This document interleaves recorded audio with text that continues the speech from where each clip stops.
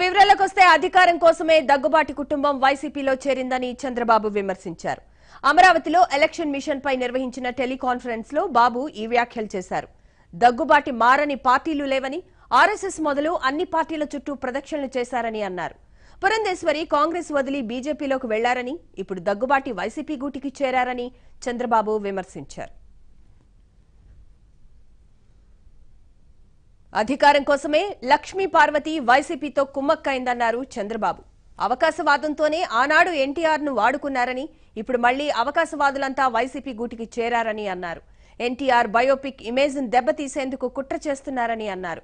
YS biopic తో పాటు మళ్లీ ఎన్టీఆర్ పై బయోపిక్ తీయాలనే ప్రయత్నాలు వైసీపీ కుట్రలో భాగమే అన్నారు. వీరి కుట్రలకు ప్రజలకు తీసుకువెళ్లాలని కార్యకర్తలకు పిలుపునిచ్చారు చంద్రబాబు.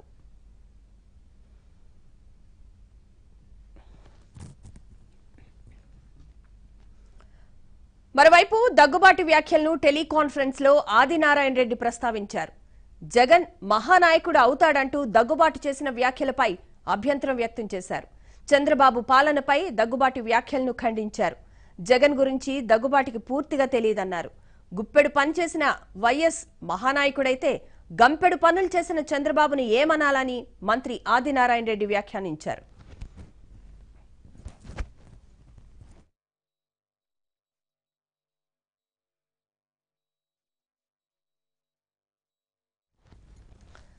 దగ్గుబాటికి పదవులంటే పరమాన్నమని టీడీపీ ఎమ్మెల్సీ బుద్ధా వెంకన్న విమర్శించారు.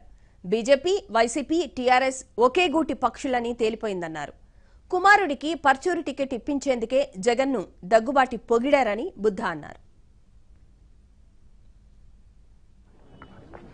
ప్రభుత్వం పనితీరు గాడి తప్పింది అని చెప్పి నా యొక్క భావన. ఎందుకు చెప్పాల్సి వచ్చింది గాడి తప్పింది అనేటటువంటిది?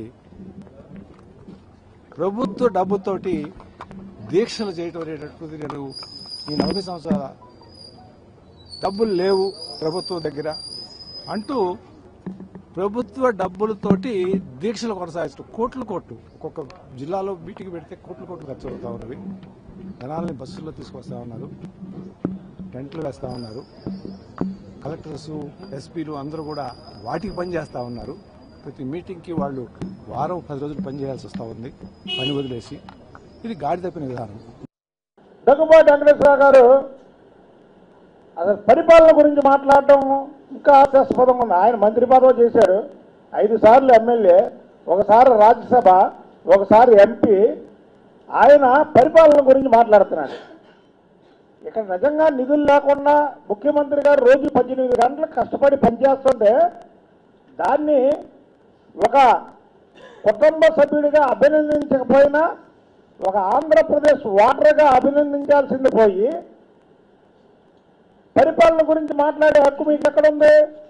నిజంగా ఏపీ పరిస్థితి బాగాలేదనిపిస్తే సతీమణి ఇవాళ ఆవిడ నరేంద్ర మోడీని ఎందుకు నిలదీయటం లేదు?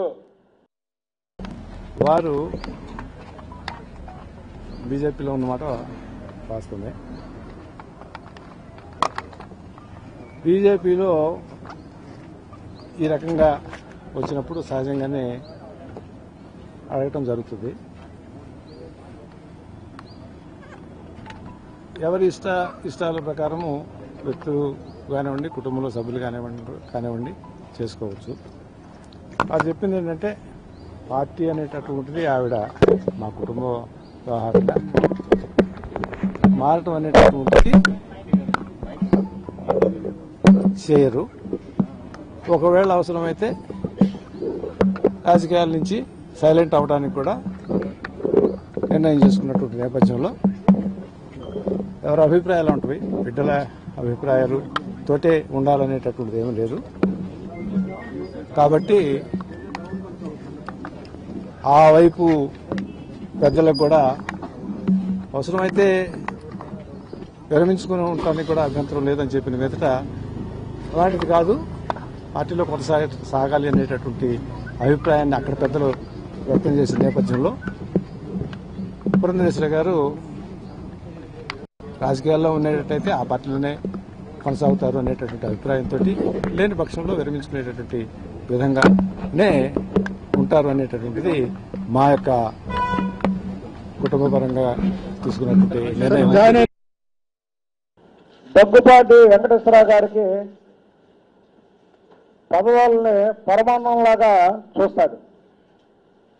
ఎందుకంటే తెలుగుదేశం పార్టీలో మంత్రి చేశాడు, తర్వాత కాంగ్రెస్ పార్టీలో వాళ్ళ సతీమణి 10 సంవత్సరాలు కేంద్ర మంత్రి చేసింది. అన్న ఒక పార్టీ, తమ్ముడు ఒక పార్టీ, లేదా బావ ఒక పార్టీ, బామర్ది ఒక పార్టీ చూసాం. కానీ భార్య ఒక పార్టీ, భర్త ఒక పార్టీ మాత్రం ఈ ఆంధ్రప్రదేశ్లో దగ్గుపాటి కుటుంబాన్ని చూస్తున్నాం. దగ్గుపాటి పురంధేశ్వరి గారు బీజేపీలోనే ఉంటారంట. దగ్గుపాటి వెంకటేశ్వరరావు గారి కుమారులు మాత్రం వైసీపీలో ఉంటారంట. అంటే ఇది బీజేపీ వైసీపీ జాయింట్ వెంచర్ అనేది కళ్ళకు కట్టినట్టు కనబడుతుంది. ఆ వెళ్ళకుండా ఇవాళ దగ్గుపాటి వెంకటేశ్వరరావు గారు వారి కుమారుడు వైసీపీలో చేరడం అనేది చాలా హాస్యాస్పదం. రాజ్యం పయనించడానికి వచ్చాము అని చెప్పిన తర్వాత సంతోషాన్ని వ్యక్తం చేస్తారు. అందుకంటే టికెట్ ఏదైనా ఒక పార్టీ ఒక ఫంక్షనింగ్ ఎట్లా ఉంటుంది అంటే పార్టీ నిర్ణయిస్తుంది, పార్టీ చెప్తుంది, దాని ప్రకారం నడుచుకుంటాం. మేడం ఆయనకి లంచం ఏంటి? ఈయనకి పరుచూరి టికెట్ వాళ్ళ అబ్బాయికి. కాబట్టి మీరు ఏ పార్టీలోనా చేరండి, మీ పదవుల కోసం మీరు ఎన్ని పార్టీలన్నా మారండి. దయచేసి ప్రజాసేవకు అంకితమైనటువంటి చంద్రబాబు నాయుడు గారిని మాత్రం విమర్శించొద్దని దగ్గుపాటి వెంకటేశ్వరరావు గారికి వాళ్ళ కుటుంబ సభ్యుల్ని మీ మీడియా ద్వారా కోరుతున్నా.